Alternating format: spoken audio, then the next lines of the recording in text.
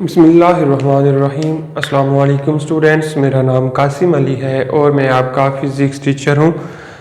Students, हम अपनी first year physics का चैप्टर नंबर 4 जिसका नाम था वर्क एंड एनर्जी, ठीक है, इस चैप्टर को डिस्कस करते हुए आ रहे थे और कुछ टॉपिक्स हमने अपनी प्रीवियस वीडियोस तक इस चैप्टर के हमने स्टडी कर लिए और आज भी हम इसी चैप्टर यानी कि chapter number 4 first year physics work and energy इसी के चैप्टर को स्टडी करेंगे। तो और इस वीडियो के लिए जो मैंने आज के लिए टॉपिक सेलेक्ट किया हुआ है वो मेरे पास टॉपिक आ रहा है, बेसिकली दो टॉपिक्स हैं लेकिन मैंने उनको मर्ज करके एक ही बना दिया, ठीक है। यानी एक्सप्लेन मैं सेपरेट करूंगा लेकिन एक ही वीडियो में दोनों आ गए, क्योंकि एक छोटा सा टॉपिक था, एक साथ दोनों छोटे छोटे टॉपिक थे तो दोनों को मैंने कंबाइन करवा दिया ताकि दोनों को एक ही वीडियो में हम डिस्कस कर सके। तो हमारे पास स्टूडेंट जो टॉपिक आ रहे हैं वो आ रहे हैं, एक तो आ रहा है एनर्जी यानी what is mean by energy, second one आ रहा है वर्क एनर्जी प्रिंसिपल, और वर्क का और एनर्जी का आपस में क्या प्रिंसिपल था ये हम डिस्कस करेंगे आज की इस वाली वीडियो में, ठीक है स्टूडेंट। चलते हैं फिर अपने टॉपिक की तरफ। सबसे पहले जो पहले टॉपिक आ रहा है मेरे पास वो है एनर्जी, ठीक है। What is mean by energy, energy की मतलब हम पढ़ेंगे, ठीक है, सारा कुछ डिटेल के साथ। तो अगर हम एनर्जी को देखें बाय डेफिनेशन तो कहते हैं the ability to do work is called energy, कि किसी भी काम करने की सलाहियत को हम कहते हैं एनर्जी, ठीक है। किसी भी काम करने की सलाहियत को हम एनर्जी कहते हैं। तो अगर मैं इसकी डेफिनेशन लिखूं तो कहते हैं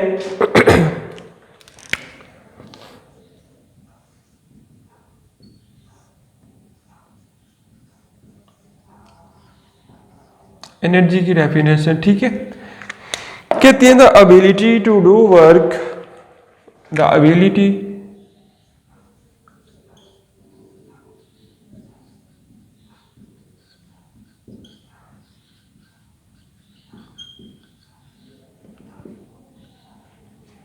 the ability to do work is called energy. किसी भी काम करने की सलाहियत को स्टूडेंट्स हम कहते हैं एनर्जी। अगर तो हमारे पास एनर्जी होगी तो ही कोई काम किया जा सकता है, अदरवाइज कोई भी काम करना विदाउट एनर्जी कोई काम करना इज नॉट पॉसिबल, ठीक है। फॉर एग्जाम्पल अगर मैं इधर बोल रहा हूं इस वक्त, ठीक है, मेरे पास एनर्जी है, यानी मुझे अगर बहुत ज्यादा प्यास लगी हो, अगर मुझे बहुत ज्यादा भूख हो, ठीक है, तो ये मेरे पास होगी लैक ऑफ एनर्जी, ये दोनों वजूहात, और इन दोनों वजूहात की बिना पर मैं यहाँ पर बोल नहीं पाऊंगा, ठीक है, या अच्छी तरह से नहीं मैं बोल पाऊंगा। अब अगर मैं यहाँ पर मौजूद हूं तो मेरे पास एनर्जी है, ठीक है, और एनर्जी की वजह से ही मैं बोल पा रहा हूं। अगर एनर्जी नहीं होगी तो कोई भी काम हम नहीं कर सकते, ठीक है।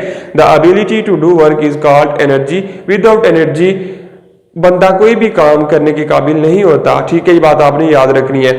आगे टाइप्स ऑफ मैकेनिकल एनर्जी, ठीक है, हमने एनर्जी पढ़ी, उसके बाद टाइप्स ऑफ मैकेनिकल एनर्जी क्या आएगा, types of mechanical energy.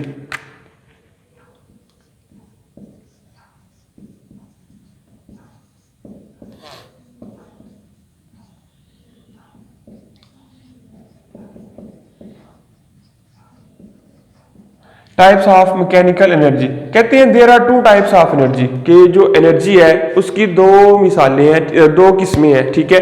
Number one kinetic energy and number two is potential energy, ठीक है। जो मैकेनिकल एनर्जी है या एनर्जी है जो उसकी जो बेसिक जो टाइप्स है वो there are two types, number one kinetic energy, second one potential energy. तो इनके नाम लिखे हैं अगर हम, पहले नंबर पे कहते हैं kinetic energy, kinetic energy, second one कहते हैं पोटेंशियल एनर्जी,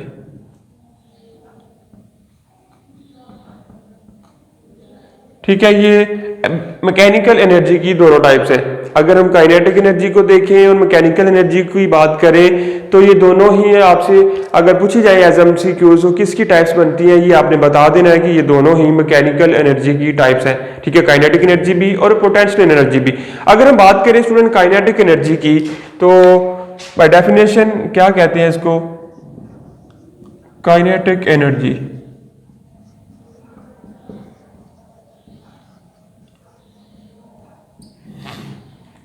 काइनेटिक एनर्जी कहते हैं the energy possessed by a body due to its motion is called kinetic energy. कि अगर कोई बॉडी मोशन की हालत में है तो उसकी मोशन की वजह से जो एनर्जी आएगी वो एनर्जी कहलाती है काइनेटिक एनर्जी। दोबारा से सुनिएगा, the energy possessed by a body due to its motion, के किसी भी बॉडी की मोशन की वजह से जो एनर्जी होती है उसको हम कहते हैं काइनेटिक एनर्जी।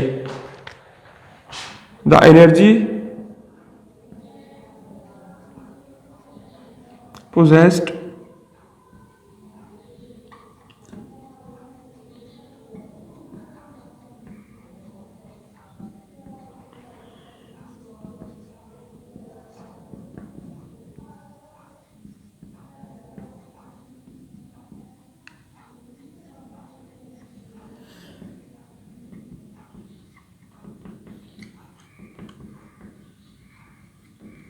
ठीक है, the energy possessed by a body due to its motion is called kinetic energy.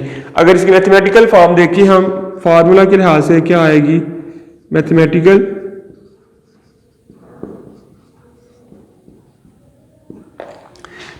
कहते हैं काइनेटिक को हम रिप्रेजेंट करते हैं के डॉट ई के साथ, कैपिटल दोनों, और फार्मूला इसका होता है हाफ एम वी स्क्वायर। इधर एम आपके पास जो बॉडी का मास होता है, v is the velocity of the body.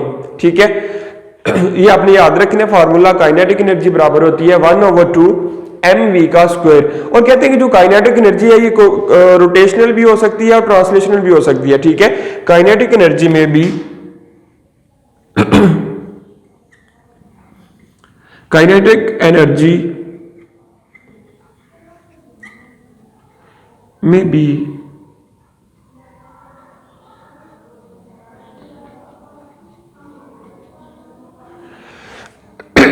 Translational और रोटेशनल, जो काइनेटिक एनर्जी है वो ट्रांसलेशनल भी हो सकती है और वो रोटेशनल भी हो सकती है। ये बात आपने याद रखनी है। ठीक है, पहली बात हो गई, पहली किस्म होगी एनर्जी की काइनेटिक एनर्जी, हमने डिस्कस कर ली, पढ़ लिया उसके मुताबिक। दूसरी बात, जो एनर्जी है वो आपके पास आती है पोटेंशियल एनर्जी। ठीक है, दूसरी एनर्जी आपके पास जो आती है वो है potential energy.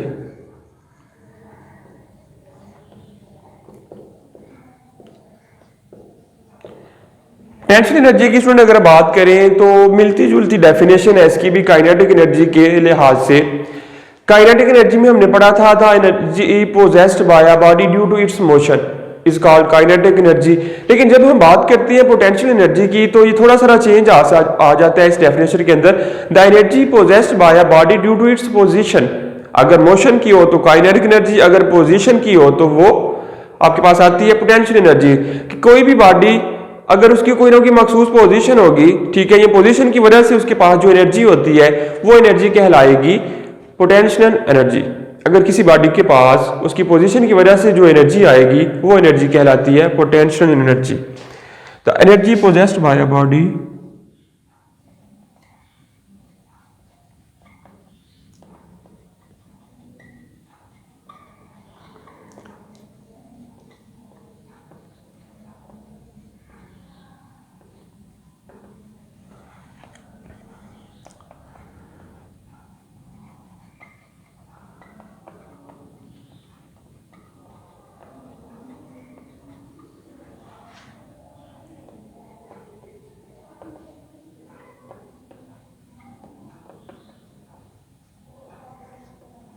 The energy possessed by a body due to its position is called potential energy.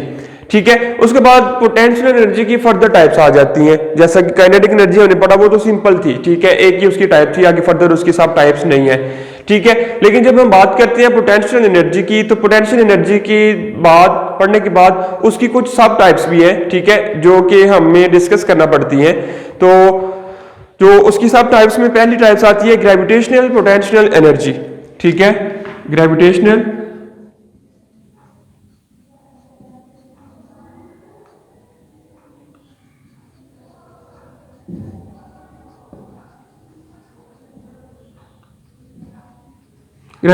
Potential energy.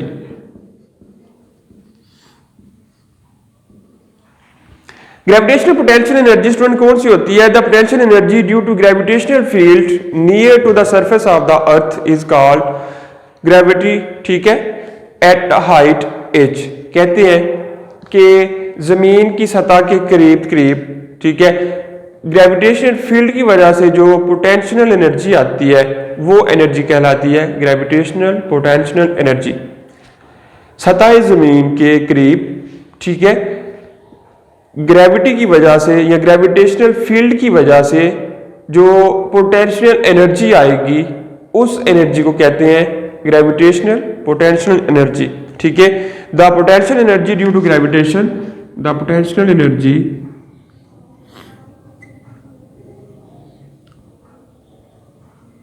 the potential energy due to gravitational field, due to gravitational field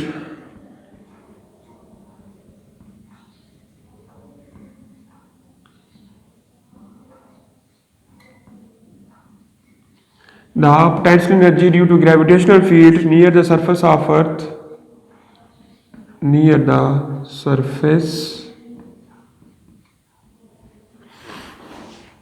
near the surface of earth at a height h, ठीक है, is called gravitational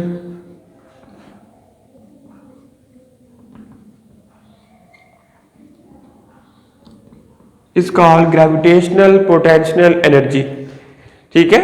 the potential energy due to gravitational field, due to gravitational field near the surface of earth at a height h is called gravitational potential energy। भाई mathematically इसकी क्या form होगी? Mathematical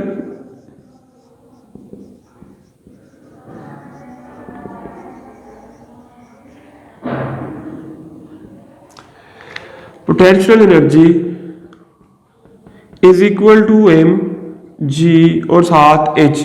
mathematical क्या आ जाएगा इसके साथ?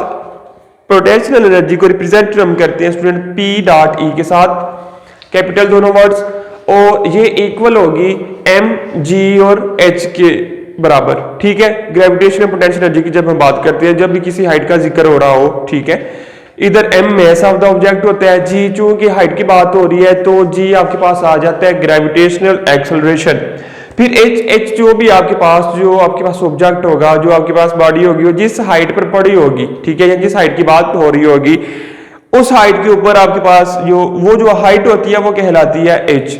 उसके बाद है elastic potential energy.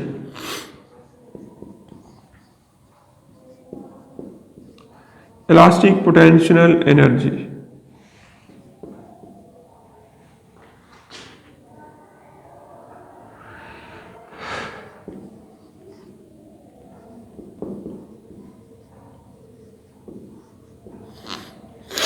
Elastic potential energy student basically कहते हैं कि जो एनर्जी किसी स्प्रिंग को अगर आप कंप्रेस करें या स्ट्रेच करें, उसमें जो एनर्जी स्टोर होती है वो एनर्जी कहलाती है elastic potential energy. The energy stored, ठीक है, the energy stored in a compressed और stretched spring is called elastic potential energy. अगर आपके पास कोई स्प्रिंग है, स्प्रिंग को आप कंप्रेस कर रहे हैं, ठीक है, उसके जो पार्टिकल्स हैं उनको एक दूसरे के साथ मिला रहे हैं, कंप्रेस कर रहे हैं, तब भी उसके अंदर कोई ना कोई एनर्जी स्टोर होती है और वो एनर्जी कहलाती है इलास्टिक पोटेंशियल एनर्जी। और जब आप उसको पकड़ के खींचते हैं, ठीक है, खींचते वक्त भी उसमें कोई ना कोई एनर्जी स्टोर होती है और वो एनर्जी जो स्टोर होती है वो कहलाती है इलास्टिक पोटेंशियल एनर्जी। और सिंपल एग्जांपल मैं दूं इसकी, तो मैं कह सकता हूं कि आपके पास अगर कोई रबड़ है, ठीक है, रबड़ को पकड़ के अगर आप इसको खींचते हैं तो रबड़ के खींचने से उसमें एनर्जी स्टोर हो जाती है, ठीक है। एनर्जी स्टोर जो होती है वो भी एनर्जी कहलाती है इलास्टिक पोटेंशियल एनर्जी, ठीक है। इलास्टिक बेसिकली हम कह सकते हैं कि लचक, किसी भी चीज में अगर आप लचक पैदा कर दें, उसको खींचें, उसको कंप्रेस करें, तो तब जो एनर्जी आपके पास आती है वो वाली एनर्जी कहलाती है इलास्टिक पोटेंशियल एनर्जी, ठीक है। कौन सी एनर्जी कहलाती है? वो इलास्टिक पोटेंशियल एनर्जी। अब अगर इसको मैथमेटिकल देखना चाहें, कहते हैं the energy stored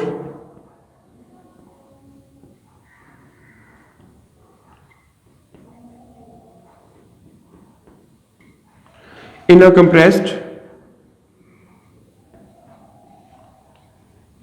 or stretched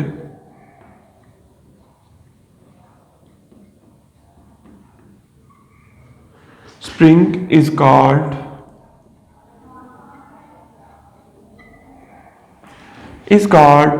elastic potential energy.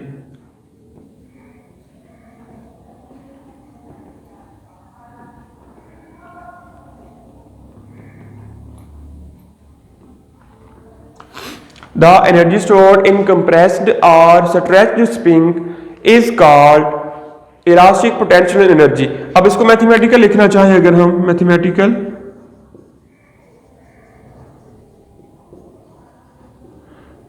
क्या आपके पास आएगा, पोटेंशियल एनर्जी को तो रिप्रेजेंट हम स्टूडेंट करते हैं, आएगा elastic potential energy. Elastic potential energy is equal to half k x का स्क्वायर। और इधर जो आपके पास हाफ तो हाफ है, कांस्टेंट वैल्यू है, के आपके पास आ रहा है क्योंकि हमने बात की स्प्रिंग की, ठीक है। स्प्रिंग को कंप्रेस भी कर रही है, स्प्रिंग को स्ट्रेच करे, तो स्प्रिंग की बात हो रही है, तो स्प्रिंग के वक्त हम एक कांस्टेंट यूज करते हैं, उसको हम कहते हैं स्प्रिंग कांस्टेंट के इधर एक कांस्टेंट है जिसका नाम है स्प्रिंग कांस्टेंट।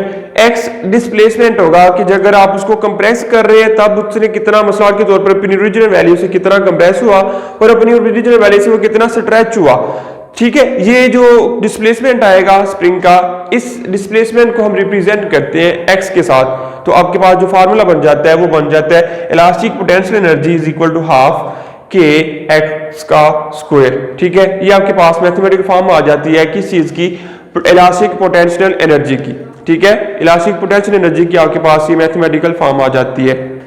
फिर स्टूडेंट कहते हैं वर्क वे के spring constant and x is extension हो सकती है, डी एक्सटेंशन हो सकती है। कहते हैं the unit of energy are same as those of work.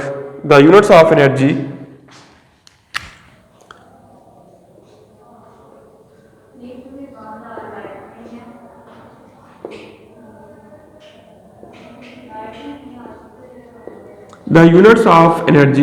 Are same those of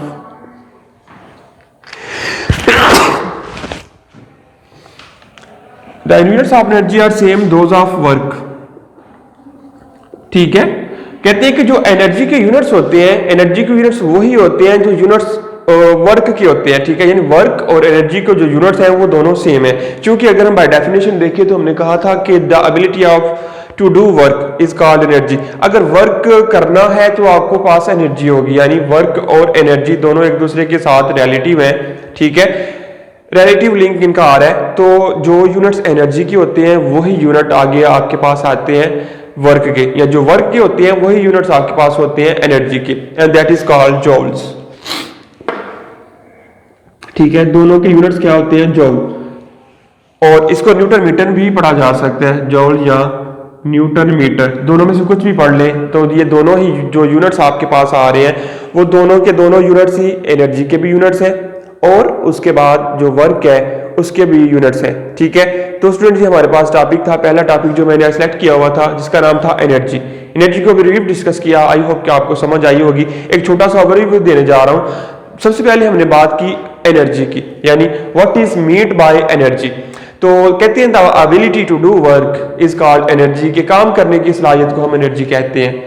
फिर उसके बाद उसकी टाइप्स आ गई, ठीक है। Types of mechanical energy, that is there are two types of mechanical energies, that is kinetic energy and potential energy।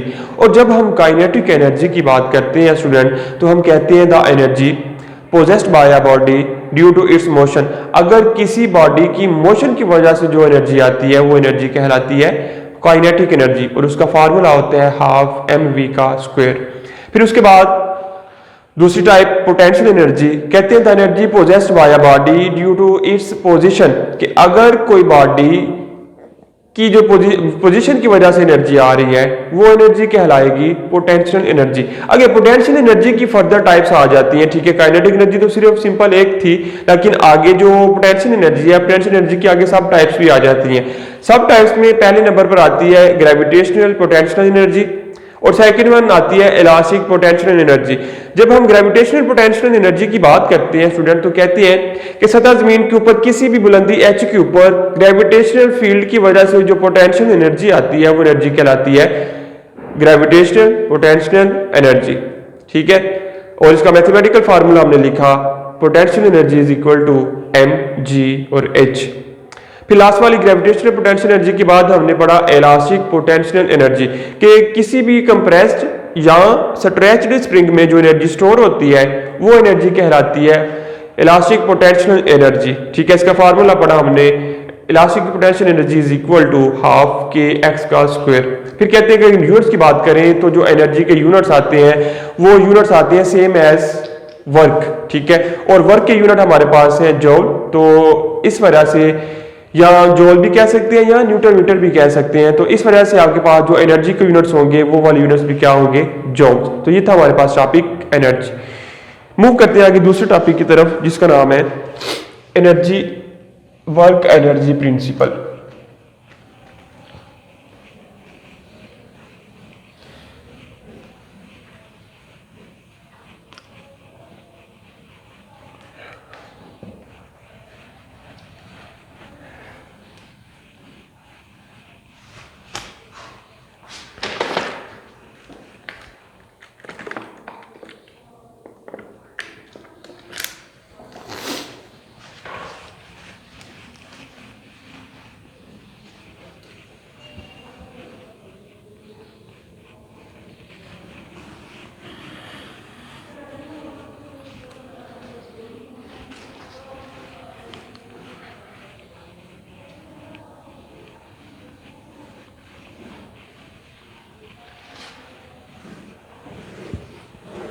जी, तो student दूसरा हमारे पास टॉपिक है वर्क एनर्जी प्रिंसिपल। ठीक है, वर्क का और एनर्जी का रिलेटिव लिंक क्या है, रिलेटिव प्रिंसिपल क्या है, वो सारा कुछ हम इस वाले टॉपिक में डिस्कस करेंगे। वर्क एनर्जी की प्रिंसिपल की स्टूडेंट जब हम बात करते हैं तो उसके लिए अगर इसकी मैं स्टेटमेंट लिखूं, work energy principal,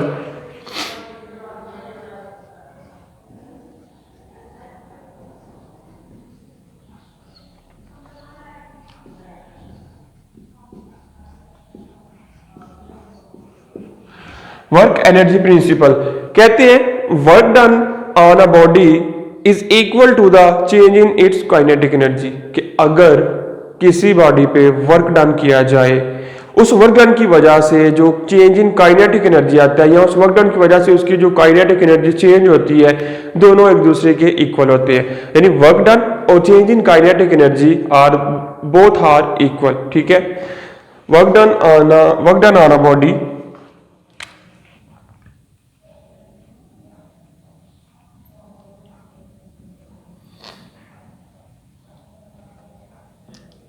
work done on a body is equal to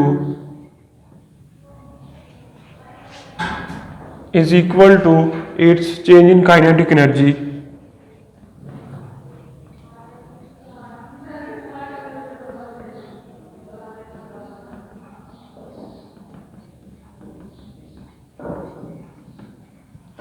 ठीक है। अगर किसी बॉडी के ऊपर वर्क किया जा रहा है तो वर्क के करने से जो उसकी काइनेटिक एनर्जी चेंज होती है, दोनों एक दूसरे के क्या आते हैं, इक्वल आते हैं, दोनों एक दूसरे के इक्वल होते हैं। ठीक है, the work done on a body is equal to its change in kinetic energy. ठीक है, अब कहते हैं सपोज आपके पास एक बॉडी है, ठीक है, अगर हम प्रूव करें इस बात को, अब हमने ये जो डेफिनेशन पढ़ी है इस डेफिनेशन को हमने मैथमेटिकल प्रूफ देना है कि मैथमेटिकल कैलकुलेशंस के जरिए हमने ये प्रूव करना है कि जो डेफिनेशन में बात की जा रही है वो बात बिल्कुल सही है। ठीक है, यानी कि जो वर्क डन है किसी भी बॉडी के ऊपर उसकी काइनेटिक एनर्जी की में चेंज के बराबर आता है। ठीक है, तो प्रूफ के लिए हम आगे बढ़ेंगे। प्रूफ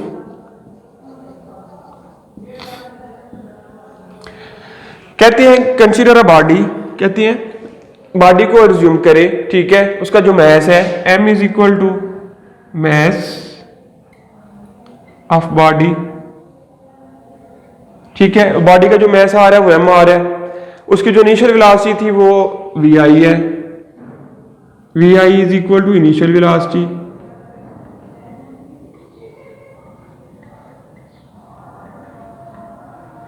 उसके बाद वी एफ जो होगा वो उसकी फाइनल वेलोसिटी होगी,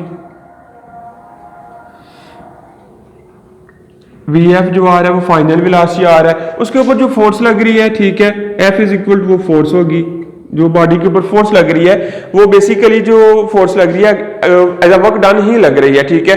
फिर उसके बाद डी डिस्टेंस कवर किया उसने, जो वो है d is equal to distance covered,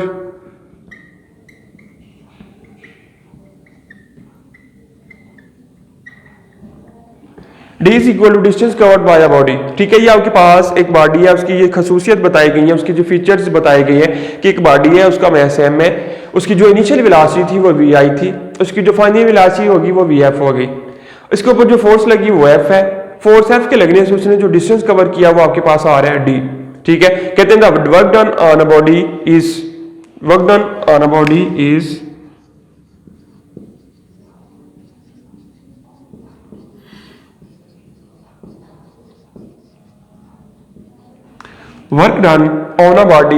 कि किसी बॉडी के ऊपर अगर वर्क डन हो रहा हो तो वो बराबर होता है work done W is equal to work done is equal to F साथ आ जाता है D, यानी फोर्स इनटू डिस्टेंस। इसको आपने क्या लेना है, इक्वेशन नंबर 1, ठीक है। जो वर्क डन है वो बराबर होता है वर्क किसके ऊपर डिपेंड करता है, फोर्स के ऊपर, और जो डिस्टेंस कवर हो रहा हो या डिस्प्लेसमेंट कवर हो रहा हो उस डिस्प्लेसमेंट के ऊपर डिपेंड करता है, ठीक है स्टूडेंट, ये आपने बात याद रखनी है। अब कहते हैं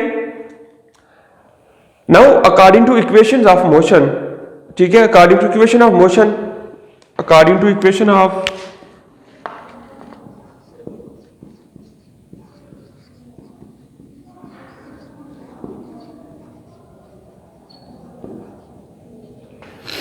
न्यूटन्स इक्वेशन ऑफ मोशन, ठीक है, यानी न्यूटन ने जो इक्वेशन ऑफ मोशन पेश की थी उनके मुताबिक, ठीक है, जो थर्ड इक्वेशन ऑफ मोशन थी वो आपके पास थी 2as is equal to V F का स्क्वायर माइनस वी आई का स्क्वायर। लेकिन आपने क्या करना है, 2as की जगह लिख देना 2ad is equal to V F का स्क्वायर माइनस वी आई का स्क्वायर। क्योंकि हमारे पास जो डिस्टेंस कवर हो रहा है वो डिस्टेंस आपके पास आ रहा है डी की फॉर्म में, ठीक है, डी के इक्वल आ रहा है, लेकिन जो एस आपके पास इधर आ रहा है इक्वेशन में, एस भी एक बेसिकली डिस्टेंस है, तो आपने क्या कह देना है, S is equal to D, ठीक है, ये आपने याद रखना है, एस की जगह आपने क्या पुट कर देना डी, और इसको आपने क्या लेना है, आगे कहते हैं अगर हम इधर से डिस्टेंस का फार्मूला निकालें, D is equal to 1/2a into V F का स्क्वायर माइनस वी आई का स्क्वायर, ठीक है। बेसिकली इसमें हमने जो प्रूव करना था वो प्रूव कैसे हम याद रखेंगे कि क्या हमें चाहिए, कैसे हम प्रूव करेंगे। आपके पास था वर्क डन का फार्मूला, हमने लिखा F और D, यानी वर्क डन के जो फार्मूला था उसमें आपके पास एक तो फोर्स आ रही थी, दूसरा आपके पास डिस्टेंस या डिस्प्लेसमेंट आ रहा था। आपने फोर्स की वैल्यू अलग से कैलकुलेट करनी है, आपने डिस्टेंस की वैल्यू अलग से कैलकुलेट करनी है, और उसके बाद इस इक्वेशन नंबर 1 यानी F और D की जगह दोनों वैल्यूज को पुट करना है, और उसके बाद जो आपका आंसर आएगा वो आपके पास आंसर आएगा काइनेटिक एनर्जी में चेंज के इक्वल, ठीक है। इस तरह आपने ये चेंज निकालना है। पहली बात, पहली इक्वेशन भी आपके पास ये आ गई, दूसरी इक्वेशन अब इसको आपने क्या देना, इक्वेशन नंबर 2, ठीक है। According to Newton's equation of motion 2as is equal to f का स्क्वायर माइनस vi का स्क्वायर था। आपने क्या किया, s की जगह हमारे पास जो आ रहा है d पुट कर दिया, बाकी सेम एज इट इज। फिर अगर d की वैल्यू फाइंड करें तो आपके पास 2a d के साथ डिवाइड हो रहा था, मल्टीप्लाई हो रहा था, दूसरी तरफ जाकर डिवाइड, और vf का स्क्वायर माइनस vi का स्क्वायर ये आपके पास एज इट इज आ गए। फिर according to Newton's law, Newton second law, according to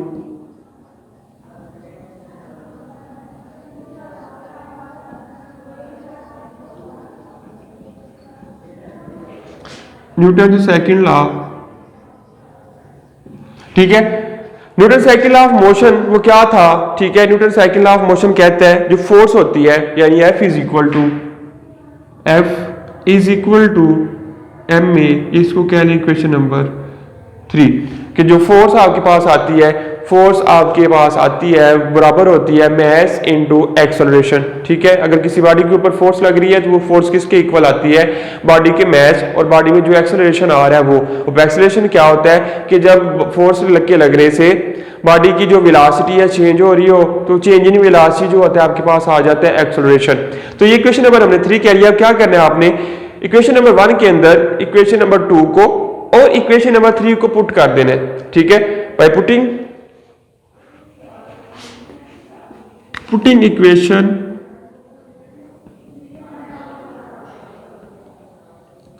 equation 2 and 3 in equation 1। ठीक है, इक्वेशन 1 के अंदर इक्वेशन नंबर 2 और इक्वेशन नंबर 3 को आपने क्या करना है, पुट कर देना है। तो आपके पास जो वर्क डन था इक्वल था, work done is equal to F D. तो एफ डी की जगह एफ की वैल्यू और डी की जगह डी की वैल्यू पुट कर दे, इज इक्वल टू एफ आपके पास आया एम में। ठीक है, साथ डी आ रहा है तो डी का आ जाएगा 1/2a, साथ में था वी एफ का स्क्वायर माइनस वी आई का स्क्वायर। तो स्टूडेंट्स ये आपके पास एक ये वाला a और ये वाला a कैंसल आउट हो जाएंगे, तो बाकी आपके पास बचेगा 1/2m वी एफ का स्क्वायर माइनस वी आई का स्क्वायर। अब अगर इसको अंदर मल्टीप्लाई कर दें तो 1/2m वी एफ का square minus 1/2m we I का स्क्वायर। तो ये इक्वल आ जाएगा वर्क डन। ठीक है स्टूडेंट, तो जो V F minus V I basically होता है चेंज इन वेलोसिटी। तो अब हमारे पास जो फार्मूला हमने पढ़ा था काइनेटिक एनर्जी का, तो काइनेटिक एनर्जी सिंपल की हमने बात की थी, kinetic energy is equal to 1/2 mv का स्क्वायर। ठीक है, M V as it is same खाली था, सिंपल, ना तो इसके साथ आई आ रहा था ना तो इसके साथ एफ आ रहा था। अब इसके साथ एफ भी आ रहा है, इसके साथ आई भी आ रहा है। तो इससे मुराद ये है कि जो फाइनल वेलोसिटी में से अगर आप इनिशियल वेलोसिटी माइनस कर रहे हैं या पहली वैल्यू फाइनल वैल्यू में से इनिशियल वैल्यू अगर आप माइनस कर रहे हैं तो दैट इज कॉल्ड चेंज। ठीक है, तो अब इसको हम क्या कह सकते हैं कि 1/2 mvf का स्क्वायर जो है माइनस 1/2 mvi का जो स्क्वायर है, ठीक है, ये है चेंज इन काइनेटिक एनर्जी। और ये किसके इक्वल आता है, ये स्टूडेंट्स इक्वल आता है वर्क डन के। तो बाय डेफिनेशन भी हमने यही कहना था कि the work done on a body is equal to its change in kinetic energy. तो हम कह सकते हैं, so we can say that its prove that के वर्क डन hence proved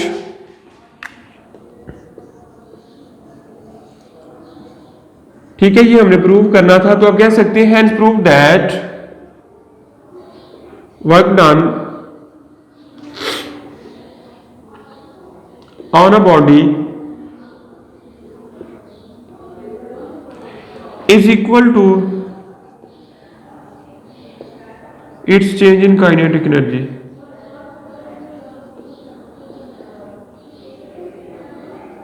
ठीक है, जो चेंज आ रहा है किस में चेंज आ रहा है, ठीक है, काइनेटिक एनर्जी में, वो चेंज किसके इक्वल होता है, वो चेंज इक्वल होता है किसके, वर्क डन के। जो वर्क डन किया जाता है बॉडी के ऊपर वो दोनों एक दूसरे के इक्वल आते हैं। ठीक है स्टूडेंट, तो स्टूडेंट्स ये था हमारे पास टॉपिक, बेसिकली 2 टॉपिक थे मेरे पास इस वीडियो में। ठीक है, दोनों को मैंने एक ही वीडियो में कंबाइन करके प्रेजेंट किया, चूंकि एनर्जी और वर्क एनर्जी प्रिंसिपल था, दोनों को लेके मैं चला साथ ही। ठीक है, पहले हमने एनर्जी के मतलब ब्रीफ डिस्कशन की कि एनर्जी में क्या बताया जाता है, what is energy, what is type of the energy. ठीक है, या व्हाट आर द टाइप्स, सब टाइप्स ऑफ द एनर्जी। ठीक है, कि एनर्जी के जो टाइप्स हैं उनकी सब टाइप्स क्या है, ये सारा कुछ हमने डिस्कस किया एनर्जी वाले टॉपिक में। उसके बाद हमने पढ़ा कि जो वर्क एनर्जी प्रिंसिपल है, ठीक है, कि वर्क एनर्जी प्रिंसिपल हमें क्या कहता है कि जो वर्क डन किसी बॉडी के ऊपर किया जाता है, वो वर्क डन जो होता है काइनेटिक एनर्जी में जो चेंज आता है उसके बराबर हो जाता है। तो ये सारा प्रूफ हमने करना था। ठीक है, बाय डेफिनेशन बाय स्टेटमेंट तो हमने कह दिया कि ये दोनों एक दूसरे के इक्वल होते हैं। फिर उसके बाद मैथमेटिकल कैलकुलेशन करके हमने ये प्रूव कर दिया कि जो स्टेटमेंट में बताया जा रहा था वो बिल्कुल ट्रू बताया जा रहा था कि जो वर्क डन है किसके इक्वल आ रहा है, चेंज इन काइनेटिक एनर्जी के। ठीक है, जो वर्क डन है इक्वल आ रहा है चेंज इन काइनेटिक एनर्जी के। तो स्टूडेंट्स आई होप, मैं उम्मीद करता हूं कि आपको ये वाले दोनों टॉपिक्स की, एनर्जी की भी और वर्क एनर्जी प्रिंसिपल की भी, दोनों की अच्छी तरह से समझ आ गई होगी। ठीक है, तो आप इनको अच्छी तरह से प्रिपेयर करें। ठीक है, आपसे पूछा भी जा सकता है पेपर के अंदर कि जो हमने टाइप्स पढ़ी एनर्जी की, what is difference between kinetic energy and potential energy, या कह सकते हैं what is potential energy and right the different types of potential energy. तो आपने दोनों क्वेश्चन का आंसर आपका इसी क्वेश्चन में मिल रहा है, इसी टॉपिक में मिल रहा है एनर्जी वाले के। ठीक है, यहाँ what is energy, what is the types of energy, ये इसमें ये भी पूछा जा सकता है। 2-3 एंगल से क्वेश्चन आपके पास पूछा जा सकता है, तो आपने इसको अच्छी तरह से याद करना है। और उसके बाद जो वर्क एनर्जी प्रिंसिपल है स्टूडेंट, वो क्वेश्चन आपसे पूछा जाए तो वो इसी की तरह से पूछा जाना है कि prove that work done on a body is equal to its change in kinetic energy. आपसे ये स्टेटमेंट जो है वो क्वेश्चन बनाकर पूछी जाएगी।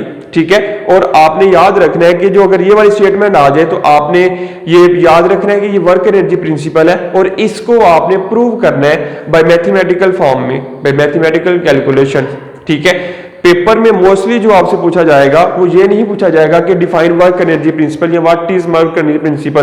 बेसिकली जो मोस्टली पूछा जाएगा तो वो सवाल को थोड़ा सा घुमाना है उन्होंने। तो घुमाएंगे कैसे कि सिर्फ उसकी स्टेटमेंट दे देंगे, स्टेटमेंट में बोलेंगे क्योंकि बोला गया है कि वो एक दूसरे के इक्वल है, तो साथ कहते हैं कि प्रूव करें कि ये वाकई इक्वल है।